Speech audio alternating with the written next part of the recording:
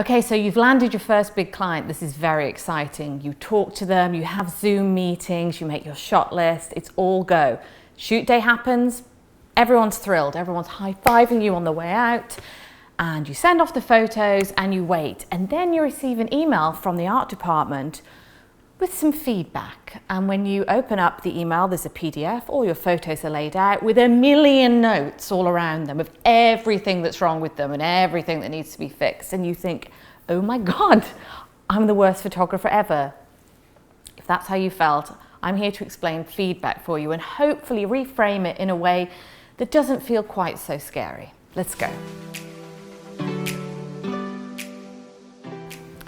The first thing I want to make clear is feedback is not personal. It's not a personal attack on you, your work, your artistic vision. They hired you because you're great. So unless something terrible happened, like all the photos are out of focus or you lost the files, that's a separate issue. But it's not a personal attack on your work. They love your work. It's just about taking it to the next level.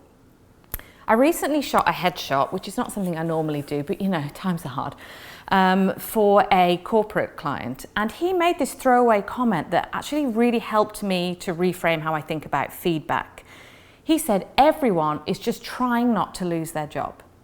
And I thought about this and I thought, yeah, this makes a lot of sense. If you think about the hierarchy of a company or a brand, you might be working for an agency or directly with the brand, but there's going to be levels within that company that the photos have to go through. So the art director, which is probably your first port of call, is not going to want to let anything slip through the cracks that then the senior art director might spot in the photo and tell off the art director.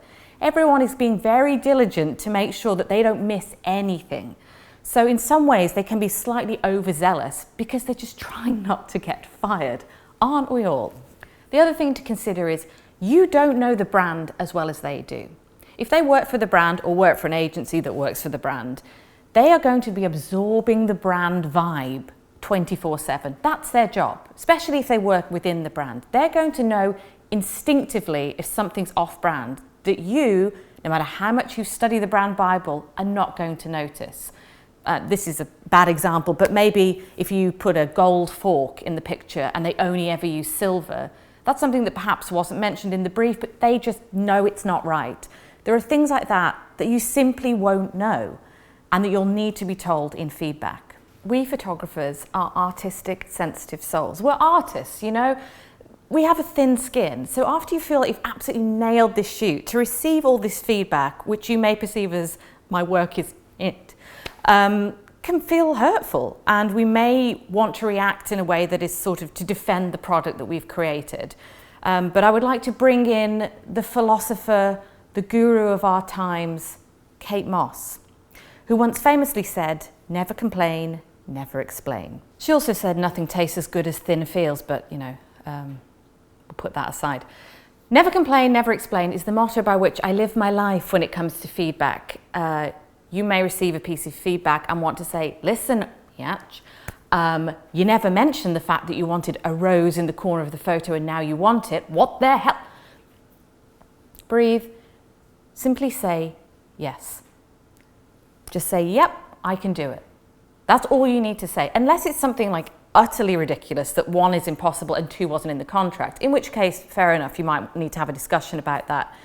But whatever they want, just try to say yes and give them a realistic time frame. If it is really complicated, don't say, oh, I'll get it to you by tomorrow. Make sure you give yourself enough time to deal with it. And if it's something really complicated that you don't understand, hire a retoucher. It's better to be out $35 than say, oh, I don't know how to do this, I'm an amateur, and I don't know what I'm doing. Just say yes. The third part about reframing feedback is to enjoy it and learn from it. Now, the first few times you get it, you may feel like this is a disaster, or you may feel hurt, and that's fine, like honor those feelings, obviously. But then, hopefully, after a few go-rounds with this, you realize that you can learn so much from client feedback.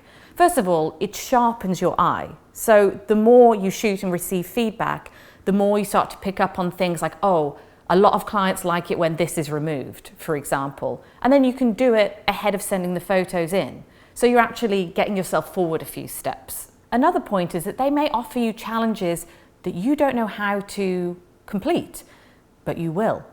So I had a client once say to me, oh, we want to make a cinematograph out of this photo and video we did. I didn't have a clue how to make a cinematograph, but I was like, sure, I'll get it to you within the week.